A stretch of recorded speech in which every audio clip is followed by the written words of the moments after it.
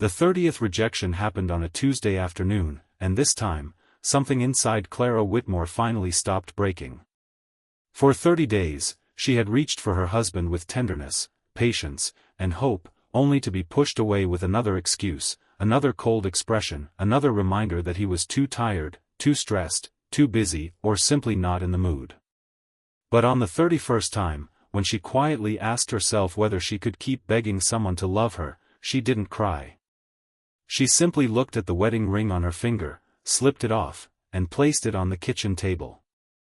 If you believe that kindness, forgiveness, hope, and second chances can change a life, please like, comment, share, and subscribe to our channel, because stories like this remind our family that sometimes the hardest act of love is finally learning to love yourself.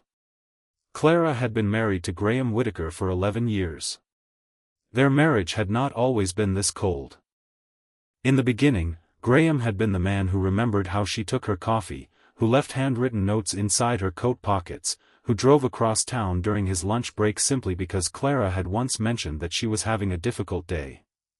They had built their first home together in a quiet neighborhood surrounded by maple trees, raised a golden retriever named Archie, celebrated promotions, endured layoffs, buried loved ones, and survived the ordinary storms that tested most marriages.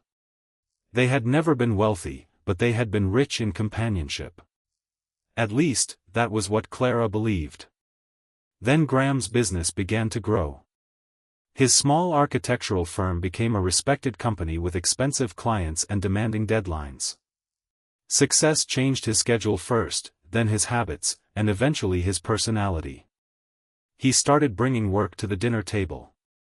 His phone became more important than conversations. His smiles became rare. Clara kept telling herself that it was temporary, that every successful person went through exhausting seasons, and that the man she married was still somewhere beneath the pressure.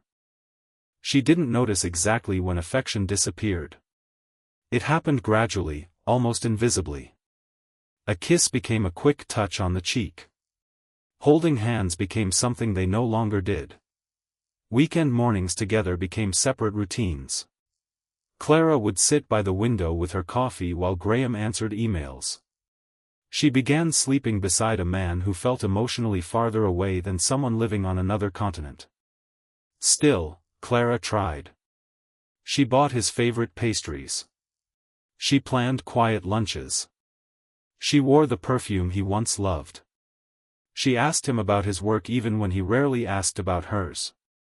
When he came home exhausted, she massaged his shoulders. When he seemed distant, she gave him space.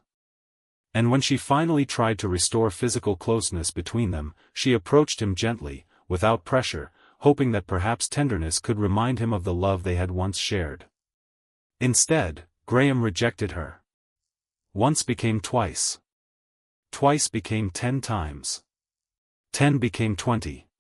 By the 30th rejection that month, Clara had stopped keeping track because she was counting more than refusals.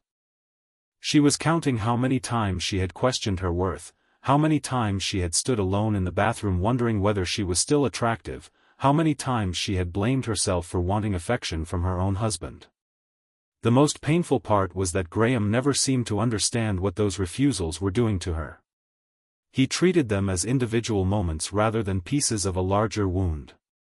That Tuesday afternoon, Clara had prepared lunch for both of them because Graham had unexpectedly come home early. She thought the surprise might create an opportunity to reconnect. She set 2 plates at the table and even placed the small vase of white flowers between them. But Graham barely looked up from his phone. When Clara reached across the table and gently touched his hand, he pulled it away almost instinctively. Something in her expression changed. Graham noticed it, but instead of asking what was wrong, he sighed and told her he needed to get back to work. Clara nodded. She didn't argue. She simply stood there for several seconds, looking at the man she had spent 11 years defending, forgiving, understanding, and loving. Then she walked into their bedroom, opened the drawer where she kept their wedding album, and placed it on the bed. She looked through the photographs slowly. There they were at the courthouse, laughing in the rain. There they were on their first vacation, standing beside a frozen lake.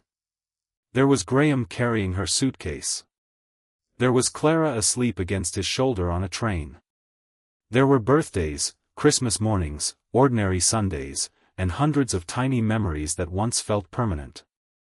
Clara realized something that afternoon. She wasn't grieving the marriage she had. She was grieving the marriage she had been trying to save alone. She returned to the kitchen, removed her wedding ring, and placed it on the table. When Graham finally noticed, his face changed. For the first time in months, he looked frightened. Clara didn't accuse him. She didn't scream. She didn't tell him he was cruel. She simply told him that she was finished confusing rejection with marriage. She explained that intimacy had never been only about physical closeness for her. It was about feeling wanted, safe, cherished, and emotionally connected to the person who had promised to stand beside her. Graham tried to explain that he had been under pressure. He spoke about deadlines, clients, financial problems, and the fear that his company could collapse if he slowed down. Clara listened. Then she asked him why he had never trusted her enough to tell her. He had no answer.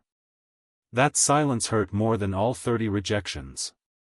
Clara packed a suitcase that afternoon and went to stay with her older sister, Meredith, who lived only a short drive away. She didn't announce a divorce. She didn't threaten him.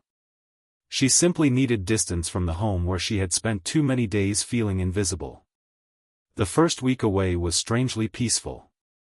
Clara slept better. She started taking long walks. She returned to painting, something she had abandoned years earlier because Graham's career always seemed to require more attention. She visited a local community center and began helping elderly residents with art classes. For the first time in years, people asked Clara questions about herself. What did she like? What did she want? What made her happy? She discovered that she had forgotten how to answer. Meanwhile, Graham remained in the house surrounded by everything Clara had quietly done for years. The clean kitchen. The organized bills. The framed photographs. The flowers she regularly replaced. The grocery list on the refrigerator. The dog waiting near the door every afternoon because Clara had always taken him for a walk.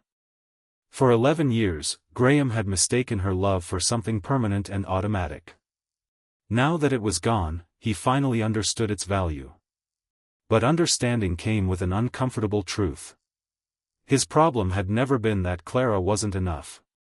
He had simply stopped showing up.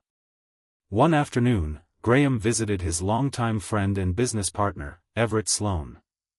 Everett listened as Graham described the separation. Then Everett asked him a question that Graham had been avoiding, whether there was another woman. Graham immediately said no. Everett then asked whether he had fallen out of love with Clara. Again, Graham said no. So Everett asked why he had treated the woman he loved as though her affection were an inconvenience. Graham had nothing to say. That evening, he finally admitted something he had never admitted to Clara. He had been ashamed. His business had been struggling financially for nearly a year. One major client had disappeared, another was threatening legal action, and Graham had taken on enormous debt to keep the company alive. He had become terrified that Clara would see him as a failure. Instead of allowing his wife to stand beside him, he had pushed her away because he believed distance would hide his weakness. But the distance had only destroyed their marriage. Graham spent the following weeks making changes that had nothing to do with winning Clara back. He hired someone to help manage his workload. He stopped pretending that exhaustion was an excuse for emotional neglect. He met with a financial advisor. He started therapy. Most importantly, he learned to speak honestly about fear instead of turning fear into anger and withdrawal. One afternoon, Clara agreed to meet him at a quiet cafe. Graham arrived early. When Clara walked through the door, he stood. She noticed immediately that he looked different. Not physically. Emotionally. There was no arrogance in his face. No defensiveness. No impatience. He didn't ask her to come home. Instead, he apologized. Not for rejecting intimacy 30 times, but for making her believe that her desire for closeness was a burden. He apologized for allowing her to feel unattractive, unwanted, and alone while sitting beside her every day. He admitted that his silence had been selfish and that his fear had never justified hurting her. Clara listened with tears in her eyes. She told him that forgiveness did not mean forgetting. Graham agreed. She told him that love could not be rebuilt through promises. He agreed again. Then she told him something he hadn't expected. She still loved him. Graham's eyes filled with tears. But Clara explained that loving him did not mean immediately returning to the marriage. If they were going to have another chance, they had to build something new rather than repaint something broken. Graham accepted. For several months, they met for lunch. They talked. They walked. They learned how to communicate without defending themselves. Clara slowly discovered the man she had married beneath the fear and pressure. Graham slowly discovered the woman he had taken for granted. There were difficult days. There were moments when Clara's old wounds resurfaced. Sometimes a simple unanswered message reminded her of how invisible she had once felt. Sometimes Graham became overwhelmed and instinctively withdrew. But instead of allowing old habits to control them, they stopped and talked. The change was not dramatic. It was ordinary. And that was what made it real. One spring afternoon, nearly a year after Clara had removed her wedding ring, Graham met her outside the community center where she taught painting. He was holding a small wooden box. Clara opened it and found her original wedding ring. She looked at him in surprise. Graham told her that he had kept it safe, not because he believed she owed him another chance, but because it represented a promise he had once made and failed to understand.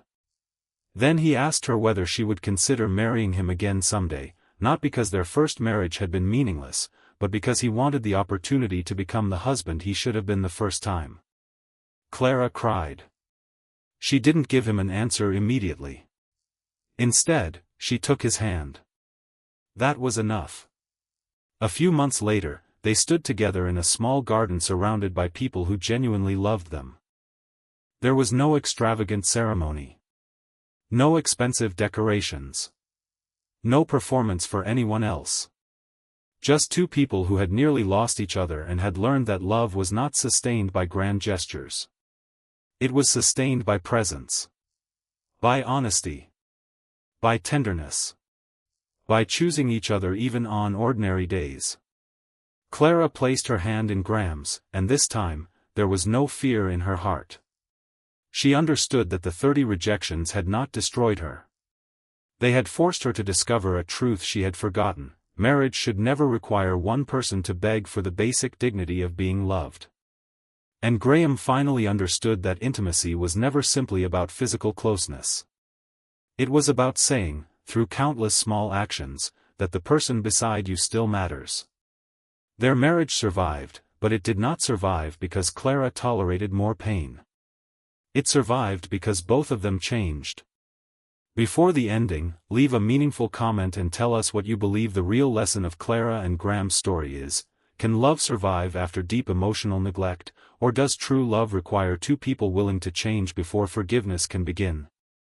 If this story touched your heart, please like this video, leave a meaningful comment, share it with someone who needs hope today, and subscribe to our channel so you never miss another emotional journey.